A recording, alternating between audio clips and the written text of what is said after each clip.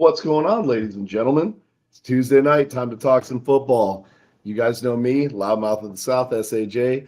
I'm coming to you live tonight from the Kettle Restaurant Studios, one that you guys haven't heard probably in a long, long time. For you old school San Antonians, you remember what I'm talking about. It's been a minute since I heard that place. What's up, everybody? I'm BD. Today I'm going to be coming at you from the 210 Ceviche Studios. Nice. Yeah, that's a recent closure, but you know what? It works. So hey, there you go. Yep, and we absolutely love that. I love some of our references, man. It brings back some good memories. I'm so glad we make this. I need to go dig it a little bit, man. We're kind of we've been doing this for almost a year now, or for the actual references. So yeah, I mean, we've had the show for over a year, but we've been doing the coming to you from about a year now. So we got to start doing some stuff, man. We got to dig deep in the bowels of San Antonio history for some of these. So I've got another one or two left. Yeah, I've got another one or two left. I think are going to surprise you. So we'll see. But yeah, we've got lots to talk about. Obviously, Brian and I's voices are still trashed from this weekend. Incredible game on Sunday.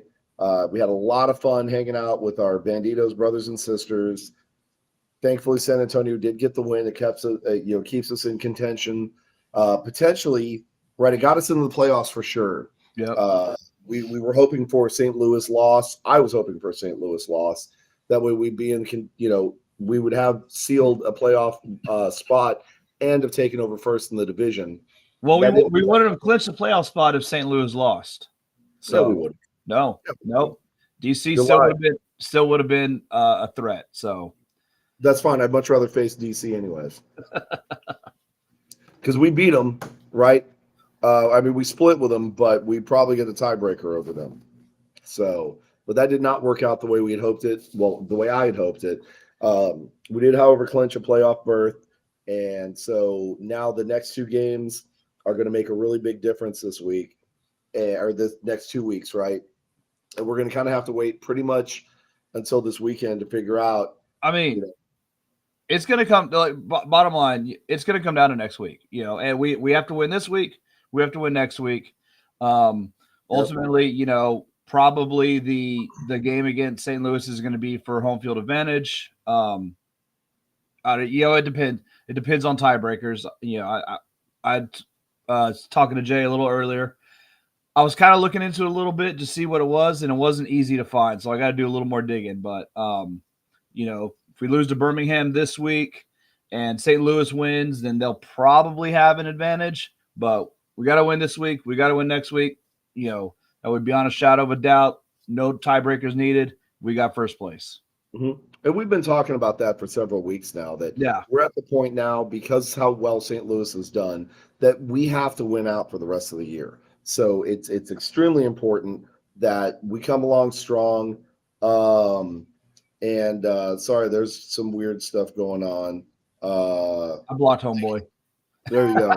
Or girl, we don't know. No judgment call here. But the point is, we've been talking for several weeks how we need to have, we have to win out all these games, because, it's down to the point now where, some of these potential, tiebreaker things are going to come into play.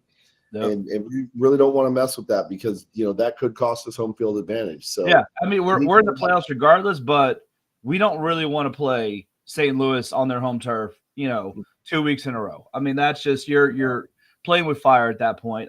Can we win? Absolutely. But you know what? The team would much rather have a home game for a playoff game. So exactly. So first things first, though, I think we need to talk about this incredible weekend that we had and all the football that has gone on, and then we can start speculating about, what to do in the future and everything like that. You'll have to forgive me. I'm trying to straighten up a little bit. I am coming from a remote studio today, for some work stuff. So things are not exactly where I want them to be, and it throws off my vibe a little bit. So I'm trying to get it as straight as possible. Elizabeth is 100% right. We have to win. Yep. No excuses, no exceptions. We've got to win out. Okay. And St. Louis has to drop at least one to us. But potentially, I would love to see if they did too. I mean, it'd be fantastic if they lose to Arlington this week. Yeah. So I would love to see them lose to Arlington. That would help out. That would make me feel so much better because that would pretty much clinch. We would have the better record. Potentially, it still wouldn't necessarily be over though because it wouldn't be if they beat us the following week. Then they would still, they'd have the head-to-head matchup. So yep. So we have got to win out. St. Louis has to drop two. Even one would be fine. It could potentially help us out, but we prefer they lose two. So we'll see what happens, especially with if they happen to lose to Arlington this week, it would give us some breathing room against Birmingham. That's pretty much the only thing that it would do. So, yep. Problem is though, we play before they do. No, they play first. Oh, do they? They play at 12. We play at 3. So, okay. Well, all eyes will be glued on the set, guaranteed. Yep. But let's talk about this weekend. Okay, this last weekend, phenomenal turnout this weekend. This last weekend, we had about 11,000 in the dome. Yeah. I don't know that we truly had 11,000 in the dome, but I think it was a lot closer to the estimate than what we've seen in the past. So I'm very excited to see all the San Antonians coming out, start to support. I was very thankful that, all the Renegades fans came down that did. Our friend Tim, one of the Renegades, started the whole, one state, one love thing. Fully support that. I love the fact that, Houston fans are going to be coming down to watch this game. A lot of the Renegades fans are going to be rooting for us, even though we're going to be rooting for them on Saturday because we want to absolutely see Arlington destroy St. Louis. But that's a little personal bias, right? And it was great. The tailgating was great. We got to meet a lot of cool people this weekend. We even got to meet a former Packers player, which for me, obviously, very excited about that. Found out some inside information that I had already kind of thought, and it was nice to just get that confirmation. I'm not really going to talk about, what was talked about at the tailgate. I don't know, man. You say, that dude doesn't know football, man. He doesn't know what a catch is. So, man, you're just mad. You're just mad because according to the rules, we've had this discussion. He doesn't know what a catch is. All right, he doesn't know what a catch is. He knows what the catch is under the old rules. That's for sure. No, he doesn't. Yes. No, he doesn't. Yes. So yes. I don't remember the cat's name, but after our discussion, for the rest of the tailgate, I called him Des Caught It. So, yep, it was a lot of fun though. It was a lot of fun. Great food. Had to make some kind of last minute adjustments, and by that I mean we had some equipment issues, and the Bandinos were more than gracious enough to step in and help us fix our grill problem, and get us going so we could grill up some poppers. Some came out good, some came out a little crispy. Hey, some people like crispy poppers, and you know what? They got what they liked. So yeah. So Jackie, what's going on? 210 Bramacita. Elizabeth, definitely, right? One state, one love. I'd like to think that if we were not in contention and one of the other Texas teams were, that we'd be pulling behind them. I would have loved to have seen Houston make a run. I would have loved to have seen an all-Texas championship game in St. Louis. That was not in the cards this year, but who knows, right? That could be something in the future, right? It could be an all-Texas, event, and I would absolutely love that because that proves that Texas is the home of football. So, but again, we had a great time at the tailgate. Got to hang out with some cool people. Had a little bit of fun at the games. Also, what's up, my brother? I'm going to be getting a special message from him tomorrow. I'm excited, and I'm not going to tell anybody what it is. Right? You'll find out when you find out. That's all I'm going to say. But we made some new friends this weekend, and not just outside in the tailgate, but on the field also. We did. You want to highlight that a little bit, Brian, or do we want to get into that now, or do we want to talk a little bit about the game first, just in general? Let's talk about the game. We'll save the antics for later. Yeah. So I have to say I was very surprised at this game. Dormandy came out to prove something. Yeah. Oh, Right. he came out throwing. Yeah. And he had a terrible game last week. I mean, there's no no other way to put it. He I forget what I don't even think he broke 100 yards against Houston. Or maybe he did if it was right, but he didn't have a good game. He got benched, so he came out wanting to prove himself. Yo. And dude, he came out, and I mean McFarland coming back was an absolute boost to this offense. And it was just fantastic, and it looked early like it was just going to be blowout. I mean, it was what 20-3 at halftime. And then, we've kind of been saying it all year. Offense didn't show up in the second half. Obviously, a couple of missed field goals by the stash. Not sure what was going up with that, but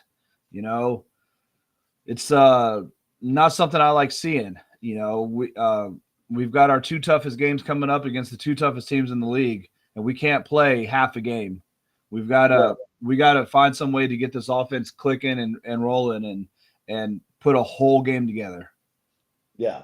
Now, I will say that this game, the team that was out there this weekend reminded me a lot of our team from last year, right? Take the offense out of the equation. Our defense really did their job, right?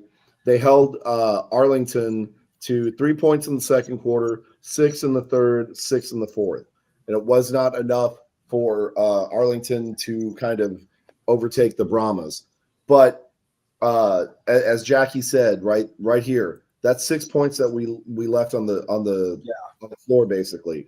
Missing a 48 and a 38, which are kind of chip shots. Chip shots for him. I mean, even that, especially that 38, I mean, 48 in a dome, he made 51, in an outdoor stadium last week. So, I mean, those should be chip shots for him. But even with those field goals, that's still only 6 points for the offense in the second half. That's not going to do it against Birmingham and St. Louis. No, but if you notice, there was a difference in the Arlington defense in the second half. And Dormandy had a lot more struggles in the second half than he did the first half. I mean, he was almost at 300 yards by the half, right? And then, only put on 40 something yards in that. Yeah, if I remember, because they showed the stats at halftime, I think we were at like 210 or something, 230 yards passing. So right around 90 to 100 yards is what he got in the second half. Right. Which, I mean, that's not terrible, but that's not going to do it. Only going down for 2 field goal attempts. That's not going to do it. Right. You're right. Jackie wants to know, BD, why just water tonight? So, and Elizabeth, you're right. Our defense was great. Again, that's why it reminded me of our team from last year, where we counted on the defense to kind of keep us in every game. But we can't fall back on that.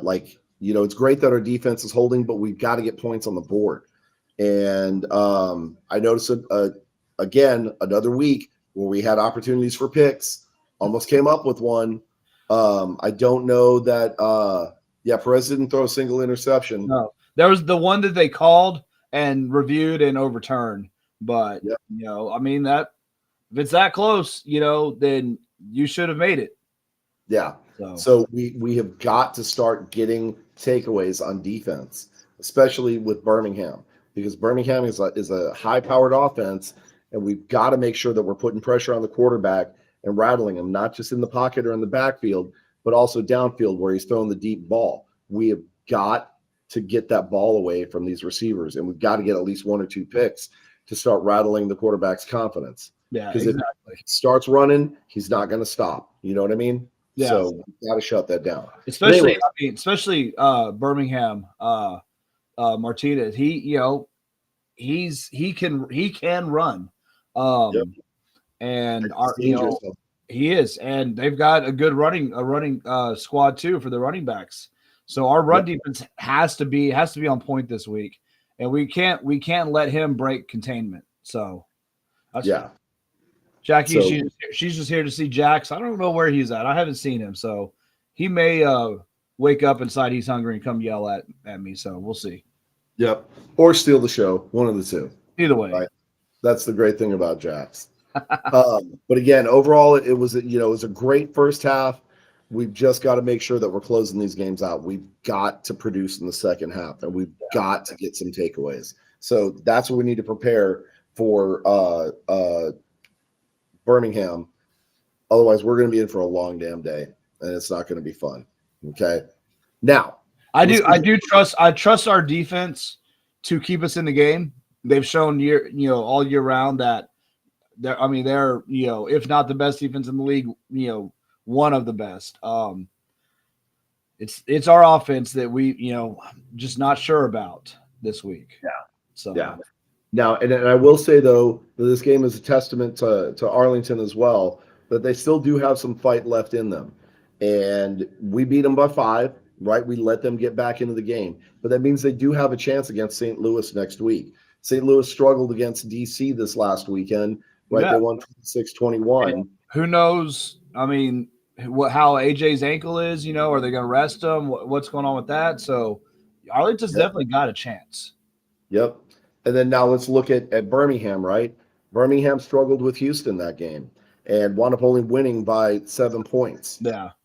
And Houston, definitely they have a lot of fight in them as well, but they've had a lot of, just team issues across the board, right? Quarterback not really connecting with the receivers, not necessarily having the strongest coach, just, general issues across the board. To say that lightly, but right. I mean, I'm trying to be nice. I don't want to bash their team that badly. Because it's really, again, I mean, that's just, rubbing salt in the wound on the fans, and I don't want to do that to the fans. Well, I think one of the things is they've had such an inconsistency at their quarterback position. The first guy, he got hurt, and he was out the second game. That's when Sinnott came in, and then he played for the games, and then Henderson played his first game with them this past week, and he played great, but in one of their short yardage plays, he ended up getting hurt.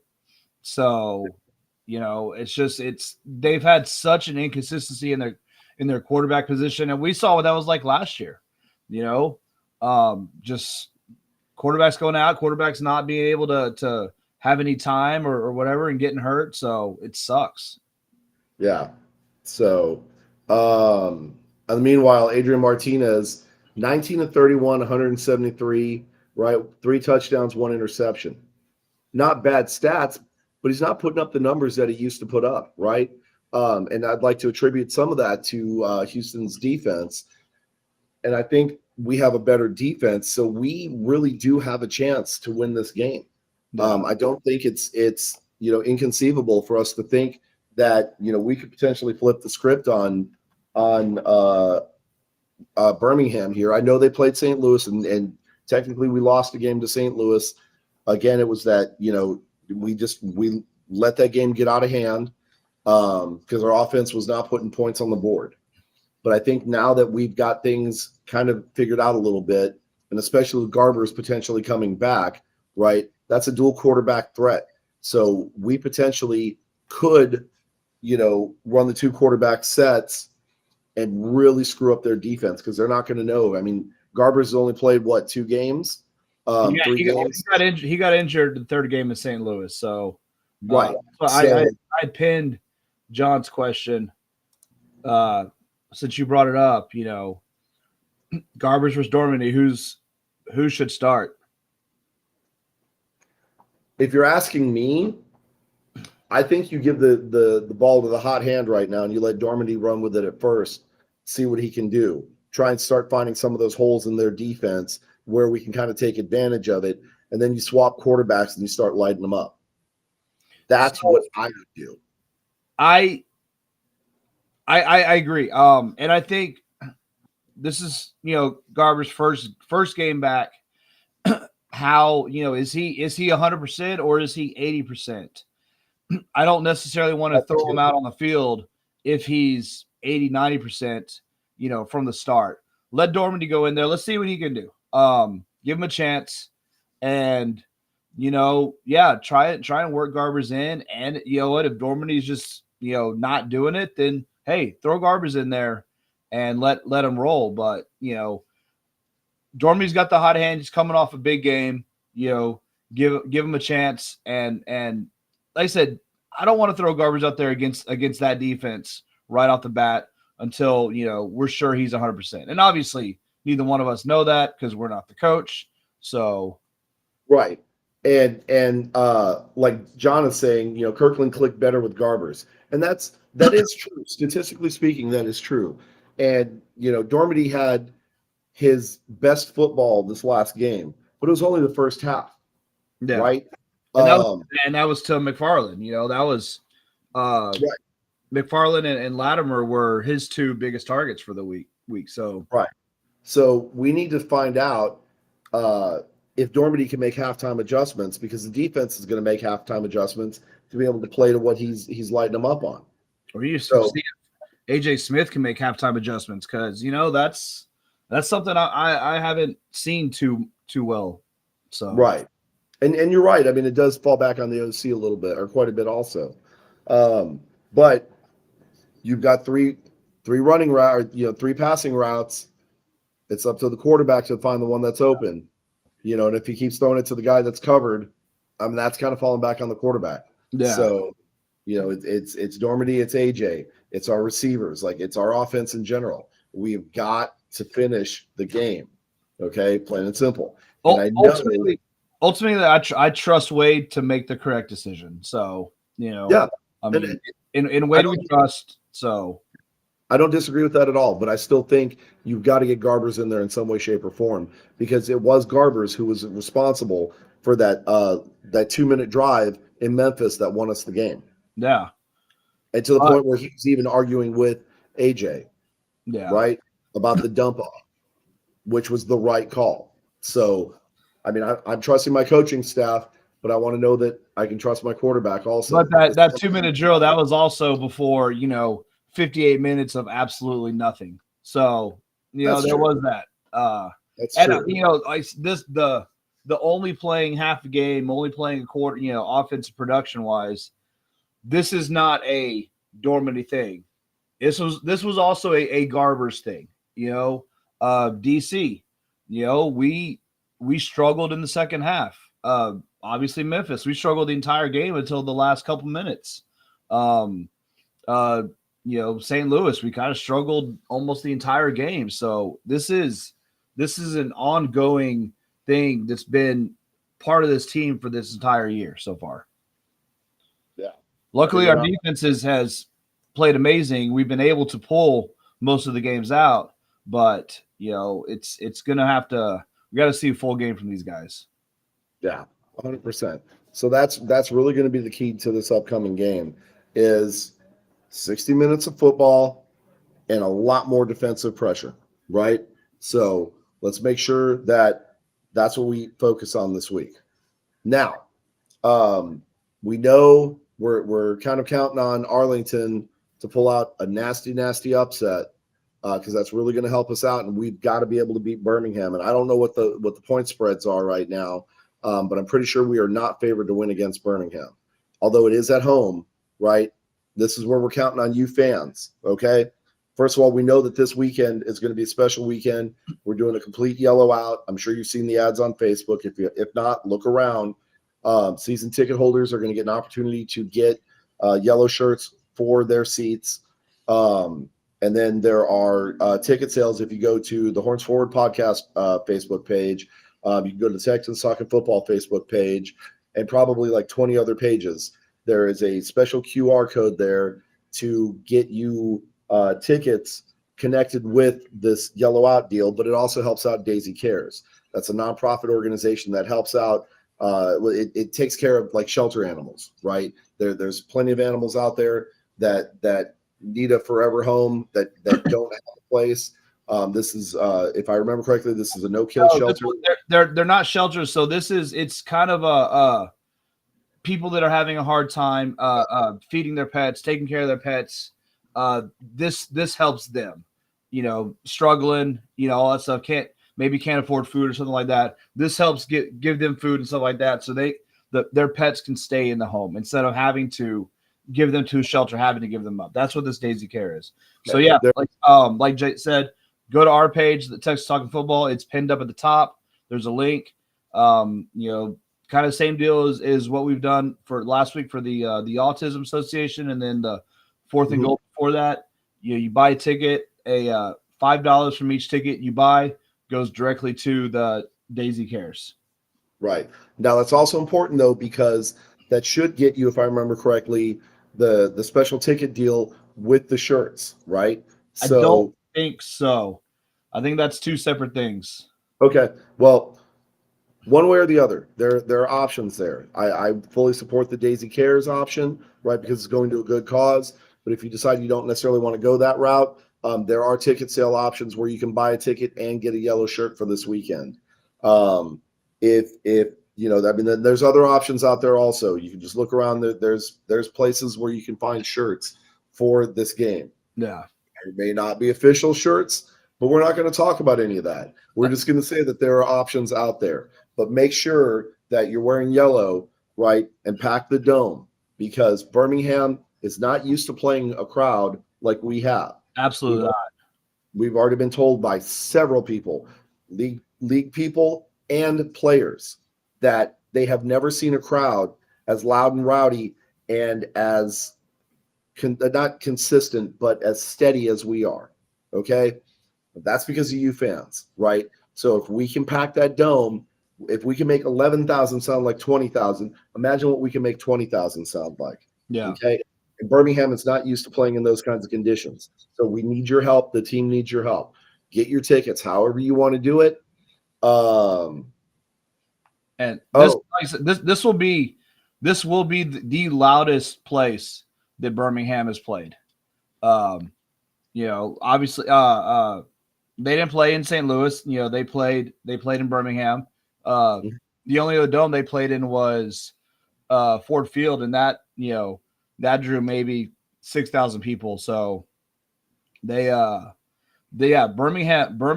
is not going to know what to do with all of us around them. Yes. Now, right here, Houston's coming to support. We love that. Absolutely. Fantastic. I got you. Okay. But also, I want to show this comment here too. If you're in the Arlington area, $10 tickets for the last game. Come pack Choctaw. Help Arlington beat St. Louis, because we need that help also. So and just for this game, I'll say it the right way. Choctaw Stadium. Go pack it. Get your $10 tickets and go there and scream and yell and help Arlington to a victory. Yep. By helping Arlington, you help us, and that's important. So if you're in the Arlington area this weekend, make sure you're going to the stadium. $10 tickets, can't beat it. It's a little different of a facility for football. It was a great facility for baseball, but help them out because it helps us out. And besides, we love our Texas family. Okay, so go show them some love also if you're in that area. Now, again, big games this weekend. St. Louis against Arlington, Stallions against San Antonio, DC and the Showboats. It should be a decent game. Panthers against the Roughnecks. I'm personally pulling for the Roughnecks just because I want to see Memphis struggle a little bit, even though they've already locked down, their playoff position. I want to see them struggle, right? And I'd love to see Houston get another win. I'd love to see Arlington get another win and kind of shake things up a little bit.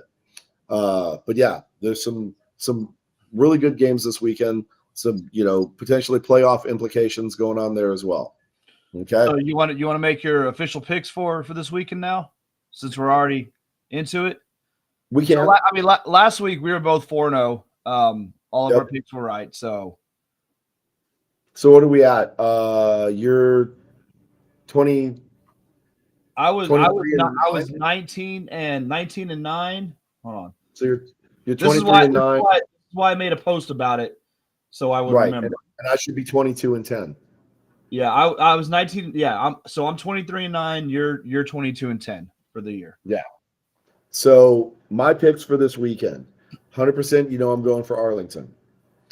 Do I think they can pull it off? I mean, I'm going to take the long odds. I'm going to take Arlington. I think Arlington has something to prove, and they get to play Disruptor, which they would love to do that. So, yeah, no, Arlington, even though, they're out of the equation, they could be a pain in somebody's behind. So I'm taking Arlington on that one. Okay. Obviously, I'm going for the Brahmas. I've got that one. For DC and Memphis, man, I mean, I've seen Memphis drop some close ones, some games that they should have won. I've got a feeling that DC is going to come in firing, right? Because they've got some attitude on that team.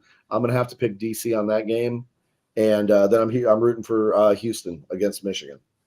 All right, so you got Arlington, San Antonio, DC, and Houston. Yep. All right, 3 home, 1 away. 3 home games. Ooh, it's tough. It is tough. My heart wants Arlington to win. Like I'm gonna be rooting for them. I want them to pull this upset.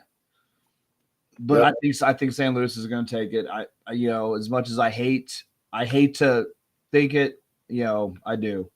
So I'm going to go St. Louis. I'm going San Antonio. I agree. I think DC is going to beat Memphis. And I'm going to take Michigan over Houston. Okay. Hopefully, hey, love the Texas teams. It'd be great if Houston could pull it upset. It'd be fantastic if Arlington can pull it upset. But yep. But I'm going to throw those positive vibes out in the universe. I'm going to manifest them out there. I'm going to will all Texas wins into existence. Okay? That's what's going to happen. So, speaking of Texas teams, we are now in what? We just finished week 10 in the IFL, and things got a little crazy this weekend. Okay? Dude, yeah. We talked about it last week, right? Tulsa, thanks to our friends over at Pro Arena Talk, they've been telling us that, Tulsa's been on a downward slide. San Antonio's been on an upward trend. And this game was no different. San Antonio wound up beating Tulsa 54-43. I'm going to look at the box scores real quick. But that's not the right link for that. Making me look silly here, internet. This one, San Antonio pretty much kind of walked away with it in the second quarter, right? The game was tied 7-7 rather in the first quarter, and then San Antonio put 20 unanswered points on the board. Jeez. Okay, 27-7 in that second quarter. Holy crap! Yeah, so they scored half their points for the game in that quarter. That's ridiculous. That's yep. That's I think that's the thing that our friends at Pro Arena Talk were talking about is that, Tulsa's defense has been, kind of shaky lately and kind of slowing down. What's up, Joanna? San Antonio has been on a tear. I mean, then they should be, right? They've got arguably one of the best coaches and one of the best quarterbacks in the game. So they should be on a tear. And I really think that they're starting to climb the ranks there and could potentially become a contender later on in the season. Meanwhile, the Frisco Fighters apparently didn't show up this game, right? Frisco lost to Green Bay 67-38. And Green Bay was ranked in the Pro Arena Talks rankings, Frisco was ranked number 2, Green Bay was ranked number 9. And that's across all arena platforms. I mean, there was, Frisco was 6-1, Green Bay was 5-2. Now they're both 6-2. So it was a hell of a game. Just a great matchup from the start. Two of the best teams in the league. So, well, it was a good matchup on paper. If you look at the box score, Frisco came out firing, right? 21-7 first quarter. Looked like they were just going to, run away with this game like they generally do. But then Green Bay said, not so fast. Okay. 24 points scored by Green Bay versus 10 points by Frisco. And then it only got worse from there, right? Yeah. Third quarter, Green Bay 14, Frisco only scored 7. And then the fourth quarter, 22 unanswered points by Green Bay. Okay. How do you score 0 points in an arena game in a quarter? That's absolutely ridiculous. Like In an arena game, do what? I mean, that's in an arena game, that's not necessarily that unheard of, especially if you're playing a defense that kind of just forgets to defense. Because I mean, it looks like I'm sorry, score 0 points. score 0. Yeah, score 0 points. Yeah, how do you do that? Especially the Frisco, who's been probably the best team all year. Like, that's ridiculous. I mean, from what I'm seeing, it was all Green Bay. Absolutely, yeah, it was. There's no real offensive stats. I'm going to look at the play-by-play and see what happened to Frisco. So it looks like it says they just gave up. Yeah, basically they had the field goal attempt in the third, which they missed.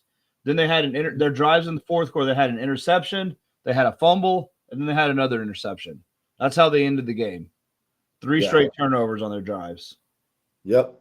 And so that's how you score 0 points. Yeah. So not good. So kind of going back to the San Antonio game, kind of what I've been talking about before is we've got the offense to win these games, but our defense hasn't been able to stop these teams. And that's what they did this game. Tulsa, they stopped them on downs the first drive, had a couple field goal misses. They had 2 interceptions. So that's, 4 or 5 stops in the game.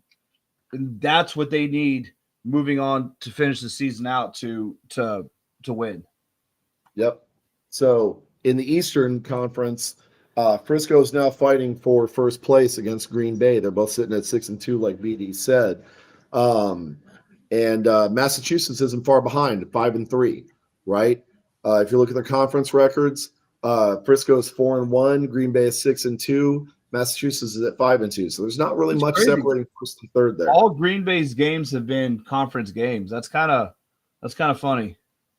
Yeah, but all their non-conference games are going to come towards the end of the season, and that could potentially affect their their run at that first place, right? In the meanwhile, over in the Western Division, San Antonio has moved up to 5th place, sitting at 4-4, and they overtook Arizona. And part of the reason why is because their conference games, San Antonio's at 2-3, and Arizona's at 2-4. So San Antonio lost their first 3 games, so that means they're 4-1 in their last 5 games. So like I said, next week they're trending up big time. So that's fantastic to see. Yep. So this next weekend, San Antonio is going to be taking on Bay Area Panthers on Saturday, May 25th at 8:05. So you should be able to catch it. I mean, if you can't make it, number 1 team in the Western Division. Yep. So this is going to be a huge test for them, man. But we're going to find out just how serious San Antonio is, if that upward trend is going to continue or not. And I've got a sneaking suspicion that San Antonio is probably going to pull out the upset on this one. Okay. Meanwhile, Frisco is going to be playing San Diego Strike Force in San Diego. And that should be, I would say, arguably, a fairly decent game for them. Let me look at San Diego's record. 5-3 right now. So right. Okay, so they're sitting securely at 3rd in the Western Division. So should be some good football, right? Meanwhile, the Guppies, as Brahma Babe is saying, they're 1-7, which shouldn't be happening. Like that should be. We should never be saying that. The former AFL great, that shouldn't be happening. But yeah, unfortunately, the Guppies are nothing but Guppies this year. So they're not doing so great. Corpus Christi flipping over to the AIF. We'd love to give you updates, but they didn't play this weekend. They had a bye week, so yeah. So they have a bye week this week too. They don't play again until the 2nd. Yeah. So there's nothing really going on with San Antonio. I'm sorry, Corpus Christi, and then the fiasco that is the AFL. Well, Um, fiasco, but they might be trying to right the ship here. So well, and I was just going to say that. So last week we talked about our friends at Pro Arena Talk had speculated that there's going to be some division and just kind of restructuring to make the whole thing happen in a much better format. And it looks like they decided to get away with that, and everybody's just kind of in one big group, which makes sense because you only have 11 teams that are actually participating. Now, there's been some talk of some other teams coming back. I can't remember. I believe Oregon, the Oregon Black Bears, they announced that they had reached a deal with the new league, the new upper management of AFL. Yes, Brom Babe, AFL. Yes, Jeff Fisher. He is now the new commissioner of the AFL. So once he took over, they Oregon reached a deal with them to return to the league. Yes. Didn't you say last week, Mr. 9-7? Something like that? Yep, Mr. 97. Yep. So, yeah, Jeff Fisher has taken over as the director. Oh, nice. What's up, Rig? Right? Let's rock the dome, baby. Let's go. But, yeah, Jeff Fisher has taken over. I think it's given some stability and some validity to the AFL now, finally. Some of the teams that had kind of packed up shop are potentially coming back. I thought I had heard rumblings about maybe even Louisiana potentially coming back. Not until next season, but potentially coming back, right? These are good things. Now, again, we've talked about it before, all these different leagues and divisions and everything like that, kind of super saturating the marketplace. And it is, I think, obviously, as you can see from some of the stuff that's happened in the AFL, it has overpolluted the marketplace a little bit. But I think with Jeff Fisher coming in and then kind of getting rid of some of these teams that don't truly meet the criteria, cutting the league down and going with more quality teams than more quantity teams, I think it's going to help with that product overall. So I think what else they did? And I saw this mentioned on one of the things, and I hadn't really checked it out, but they revamped or started using again theafl.com as their website. They went away from the other one that they had, the whatever arena football at geocities.com, whatever one they were using. They went away from that one, and now they're back using theafl.com, and they've actually got it updated. So what's up, Jersey? So this guy right here, definitely want to give him a shout out because he's actually going to be covering the Las Vegas Golden Knights in the IFL. So big shout out to him. Yeah, he's covering the aces for the WNBA. So I mean, Jersey, he's getting all over the place. So that's awesome. Yep. Yeah. So he's definitely a superstar in our group here now. But AFL, it looks like our West Texas Desert Hawks are sitting securely at fourth place at 3-1. And I'm trying to see if I can see some of the stats from their last game. I'm gonna look at the schedule and see. So they lost their last game. Well, don't ruin it for me. Got to be quicker. You got to be quicker. You got to be faster than that. That's okay. So week 5, they're going to be playing the Albany Firebirds, who are in first place, and they're going to be playing in New York. So that's going to be a good test to kind of see where they're at. But overall, I mean, they're looking pretty solid, right? So they've got the game listed, but they don't have any stats. So okay, so it's kind of like have it all. All right, can't have it all. Well, you say that, but we used to complain about the AIF not having any stats on their website, and it took them till last week to start doing it. So true, but they did. So maybe now the AFL will get on board. Hey, and you know start what? You know what? to- I'm giving the AFL a little bit of grace, man. They're starting to turn around, so it's kind of it's a big old truck. They kind of got to take a wide berth to turn around, start heading the right way. So Truth. Rig, you're going to the Gunslingers game. I may actually see you there. I may break down and actually go to that game just because you're going. So, and not that I'm opposed to going to Gunslingers games. The schedule just kind of has conflicted with Brahmas football this year, yeah, much more than we thought it would. So 9 times out of 10, we're catching the games on YouTube, and it's usually like a day or two after, right? This has just been a crazy, wild season. Right here, Brahma Babe, you're right. The dumpster fire that was the AFL looks like they finally managed to put it out, and kind of get it down to a just a smoldering mess. But again, with great leadership and with more quality teams that actually do meet some kind of criteria, some kind of standard to be in the league, it looks like they're doing a much better job managing that. And now we're getting a much better product, right? We don't have the issues with basically fans having to hold the sideboards to keep the players safe, or steel cages that are could potentially seriously harm a player, stuff like that. So yeah, it does look like it's things are turning around for the AFL, and we have high hopes for it because again, we're kind of nostalgic here at Texans talking football. We've got some deep seated feelings towards some of the old AFL teams. Specifically the San Antonio Talons and all that good stuff. Like I still remember the last game that the Talons played.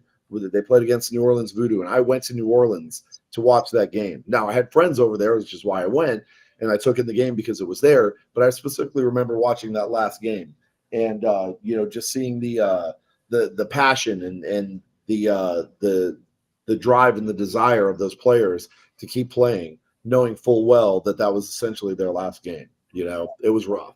It was really rough. But so that's the craziness that we've got going on. Again, West Texas should be playing this weekend, and it should be a pretty good game. So I'm not sure we can catch the AFL games on. I think you can catch them on YouTube. I know there was that whole fiasco where they were supposed to be on the NFL Network, and then that got all blown up and it did not work out. And go figure, right? But you should be able to catch these games somewhere online. So if you get a chance and you're not doing anything Friday night at 7 p.m., which there should be no excuses. You guys should have something to do at least up until 6 p.m. But if you've got some time, give West Texas Desert Hawks some love, turn the game on. Let's see them take on Albany. Hopefully they can pull off a win. Okay. What else we got going on, Brian? Covered the IFL, right? We talked about those two games. Talked about the AFL. We talked about the AIF. Talked about, pardon me, the UFL. I kind of went through everything pretty quick. Yeah, no, that's really weird that we got through that so quickly. Yeah. There was something else that we wanted to cover. Well, talked about the Crazy Cares. The last one you got there, which kind of, yeah, just general making fun of St. Louis. I can do that right now because you know what, St. Louis, their fan page is a bunch of cowards because they didn't approve my post today. Why was that? What was your post? So everybody who's been on any of the UFL groups on the Facebooks today is seeing that they today was the pre-release for the championship tickets for St. Louis season holders. So everybody was posting, where they got their tickets at and all that stuff, and just been flooding the boards all day. So I went to the fan page and I told them that it was going to be hilarious when all these St. Louis fans or all these Battle Chicken fans go on and sell their tickets when the Brahmas actually make it in. And it was pending for review, and it got denied because that fan page is a bunch of cowards, and they don't like any trash talking. Yeah. Well, and so I will give credit to the St. Louis fans from last year, right? Because that's how we met most of those Yep. fans, was by going on their Facebook page and calling them out immediately. Now, we very much believe in healthy competition. We've met some really incredible players. You guys know us, right? We trash talk, we get people riled up, we do a lot of things, and we accept full responsibility for the actions and reactions. Hopefully, I mean, it hasn't gotten physical yet. I hope to God that it never does. I don't think it ever will, because these are grown adults, right? They're going to get frustrated, they're going to get mad, and sometimes their emotions are going to come out. But I don't think they're ever going to lose their cool and come up in the stands. And even if they do, right, they still got to get over it.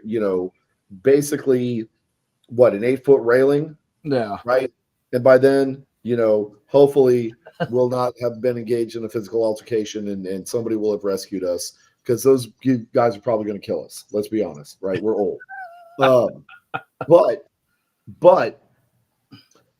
for every player at this point, for every player that we've upset with our trash talking, we've had just as many come over and tell us how much they appreciate our passion. And shake our hand after the game, which is, I mean, that's what we love. Players that we've, trash talk during the games. And, yeah. Yep. Hey, you know what? We've had, players we trash talk and, joke around with, go back and forth with, and we've had them come up and shake our hand after the game. And that, that's what we want. So, right. Yeah, some of the guys that they'll leave all big mad and stuff. We had our friend do that this week, which we hadn't talked about that yet. But there's proof right there, right? We had one guy, we've talked about it on the show before. We had one guy from Michigan. We still remember specifically who he is. We're not going to worry about mentioning his name or anything like that, because that's not going to do anybody any good. We also had I think Rick's talking about he had a little incident with up in DC with one of those fans. Oh, did he? Yeah, he's talked about it a few times. You ask him about it this week. He'll tell you when they were leaving the stadium. Okay, I know we had our problem with our friend from Michigan. Right here, Tim. This is 100% what it's all about, right? That's part of what the home field advantage is. You razz the players, you try and get in their heads, you try and throw them off their game. And at the end of the game, because I've done it to numerous players, said, hey, you know what?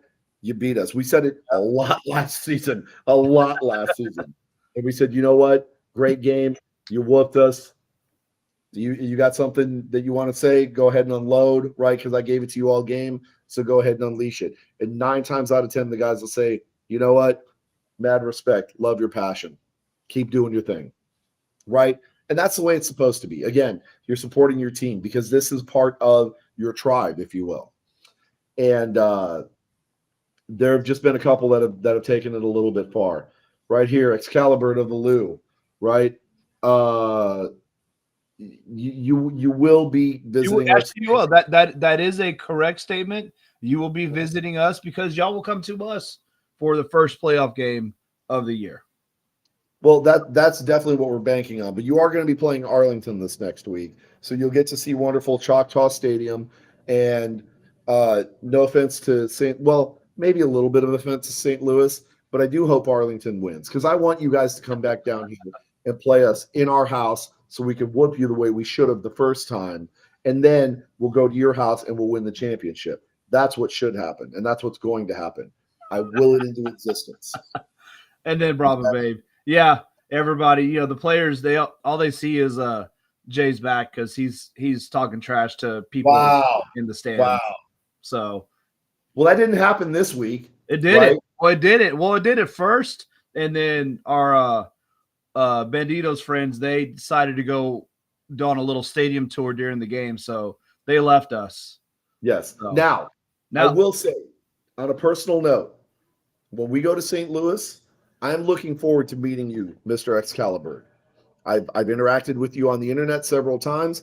I've watched several of your videos, and I want to meet you in person. because I'm very enthralled by the character that is Excalibur. Okay, I've never had the pleasure of meeting you in person. I'm looking forward to crossing that off the bucket list. And we will be there on the 1st. So absolutely. Yep. I mean, somebody's going to be there a little bit longer, but I'm not making plans to meet all the super fans. Although I guess I could because I'll have some time. But yeah, so there's going to be plenty of opportunities. We're looking forward to seeing you guys. We do hope that you welcome us graciously to your tailgates, just the same way that we would to you guys here in St. Louis, or in San Antonio, rather. In fact, we did that several times, and St. Louis fans love coming and hanging out with us. You guys love hanging out with us at the championship game. Again, I believe you're going to welcome us with open arms, and I'm even willing to go so far as to join you guys in the Cronky Sucks chant when it comes out, because it's going to happen about 5 times. So I'll join you in one of them. Okay, so all in good fun, Yes, 100%. Excalibur, I am looking forward to that. Okay. Before and after, we will be friends. During the game, we will be mortal enemies. We leave everything on the field and we walk away. Whoever's the victor, we shake hands and extend congratulations. Shake hands and share a beer with. That's the San Antonio way. Yep. So, and I know St. Louis follows suit with that. So, I know last year, just as a side note, and my Banditos friends, I do apologize. This was before I knew you guys, but I did go to the St. Louis home opener, and I 100% rooted for St. Louis. But that's because we were bitter enemies at the time, and I didn't know any of you guys. Now that I know you, but I got some love for you guys. Okay. Well, we were also in the same conference as Arlington. We weren't in the same conference as St. Louis, so it made sense for St. Louis to win. Because obviously, at the end of the day, we want whatever happens in the rest of the league to benefit the Brahmas. So, well, yeah, from a personal standpoint, we want everything to benefit the Brahmas. From a league standpoint, we want to continue these kinds of relationships and these kind of connections because we want this to continue to grow, right? I know there's been a lot of buzz about what's going to happen in 2025. Is the league going to expand? Is it going to stay the way it is? Are we, what are we doing with all of that? Nobody really knows right now, right? and the reports are that it's going to stay the same, the eight teams, which obviously, I think is a good thing. I don't think they should expand too soon. Like you need to show some stability with what you have before you start throwing more crap on top of it. So right, we need to see some profit. Yeah. Right. Once we know that this is a profitable product, then we can start talking about building upon it and trying to grow from there. But let's make sure that the fan bases are staying and established, right? We definitely were excited that Houston's going to be back in TDECU next year, which was no surprise. They've kind of been saying that all year long. This Rice deal was just kind of a 1-year deal while they fix the stadium. So, yes, and Rice is decent, right? But it's not home of the Roughnecks. We need to get the Roughnecks back home, and I think that'll help with their fan base, right? It's kind of like going to your grandma's house. Your grandma's house is nice, but it's not your house. So it's hard to get comfortable there. It's hard to do your business there. Right. Let's get the Roughnecks back home. But again, it's about supporting the league. Now, we haven't talked about it because there really hasn't been any news, but just a reminder that new league that's going to be coming out, and I'm drawing a blank on the name, but it should be June 13th. There should be an announcement coming out. Yeah. Right. We're going to have the announcement here in San Antonio. Oh my God. I don't remember. It's the new international league, and I cannot remember the name. It's like the AIA or some AIA or something. Yeah, not to be confused with the AAF or anything. We tried that once; it didn't work. Doing that again, but the new league that's going to be coming out. And Rig, if it truly was a rental, you should have driven it like a rental and just left it trashed. But I don't think you guys were that crazy. So Brian's looking up the name of the league right now, but this is important because it is an international football league. There are going to be 5 teams, from what we can tell, in the United States, 3 coming from Mexico. This is expanding football across U.S. borders now. Finally, yes, granted, we've played some exhibition games and some regular season games overseas, and like the Packers are going to be playing in Brazil this year, things like that. But that isn't housing an actual team in a foreign country. This is now. Granted, I mean it's Mexico. Is it really that foreign? But I mean it's across the United States border, and it's going to be a big deal. And this is going to be different than the CFL. This is going to be different than World League, any of that other stuff.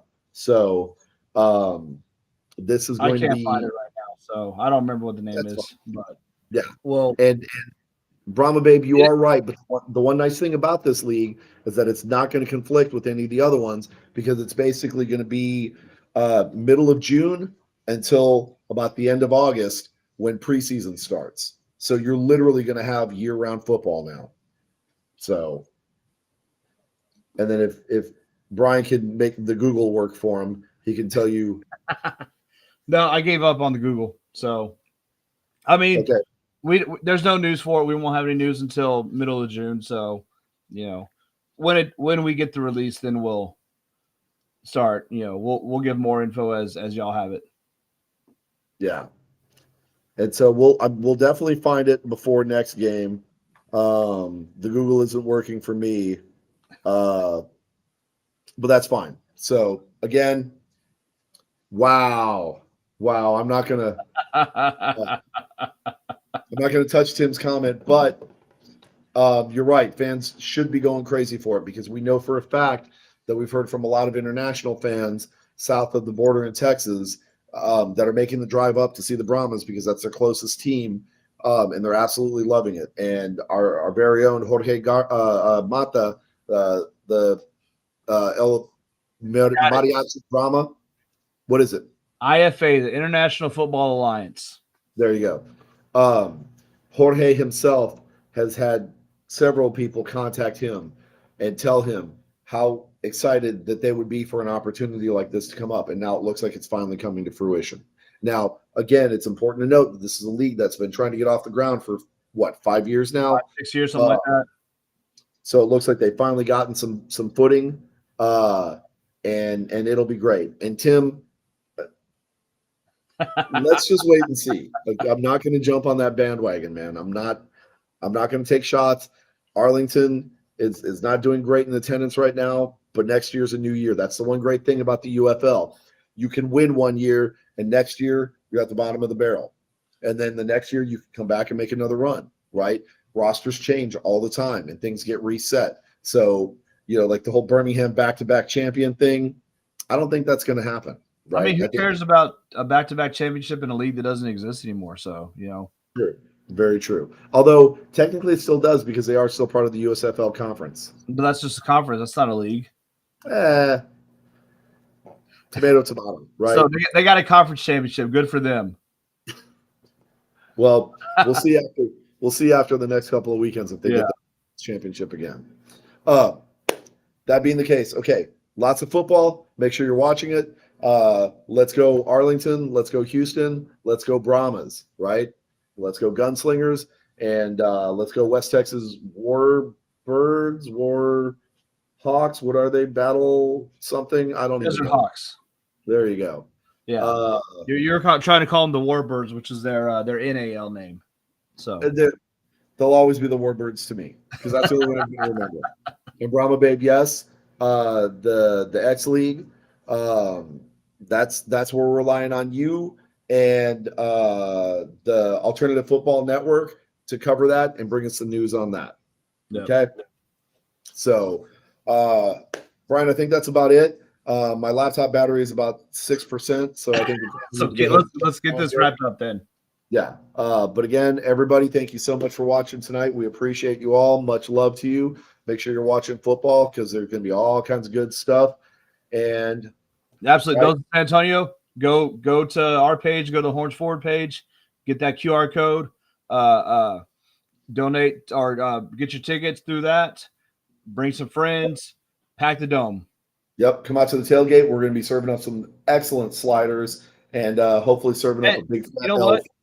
It's a Memorial Day weekend. We got a holiday on Monday, so you can just go crazy on Saturday, and you got 2 days to recover before you got to go back. Before you got to go back to work. So Crazy for 2 hours. hey, we can get pretty crazy in 2 hours. So We certainly have, haven't we? So, all right, guys, we'll catch you this weekend. See ya. Oh, hang on. I've got to do our outro video. Oh, yeah, do that. Don't forget that. Make sure you don't forget that.